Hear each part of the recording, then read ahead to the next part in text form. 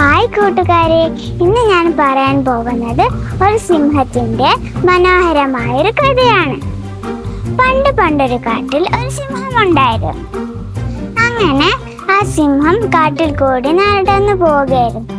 പെട്ടെന്ന് സിംഹത്തിന് നല്ല വിശപ്പ് വന്നു. അപ്പോൾ സിംഹം നടന്നു പോകുമ്പോഴാണ് സിംഹത്തിന്റെ മുന്നിൽ തന്നെ ഒരു ഉറങ്ങിക്കിടക്കുന്ന മുയലിനെ കണ്ടത്. അപ്പോൾ തന്നെ സിംഹം പെട്ടെന്ന് മുയലിനെ പിടിക്കാൻ വേണ്ടി പോയപ്പോഴാണ് തൊട്ടപ്പുറം തന്നെ ഒരു മാനിനെ കണ്ടത്. അപ്പോൾ സിംഹം വിചാരിച്ചു ആദ്യം മാനിനെ പിടിച്ചിട്ട് മുയലിനെ പിടിക്കാമെന്ന്. അങ്ങനെ മാനിനെ പിടിക്കാൻ വേണ്ടി പോയപ്പോൾ മാൻ അവിടെ നിന്ന് ഓടിപ്പോയി. മാനിനെ പിടിക്കാൻ കഴിഞ്ഞില്ല. അങ്ങനെ മുയലിനെ പിടിക്കാൻ നോക്കുമ്പോഴോ മാൻ ഓടിപ്പോകുന്ന ഒച്ച കേട്ട് മുയൽ എണീച്ചു പോയി. ഇതിൽ നിന്ന് നമ്മൾക്ക് മനസ്സിലായ ഗുണപാഠം: അത്യാഗ്രഹം ആപത്താണ്.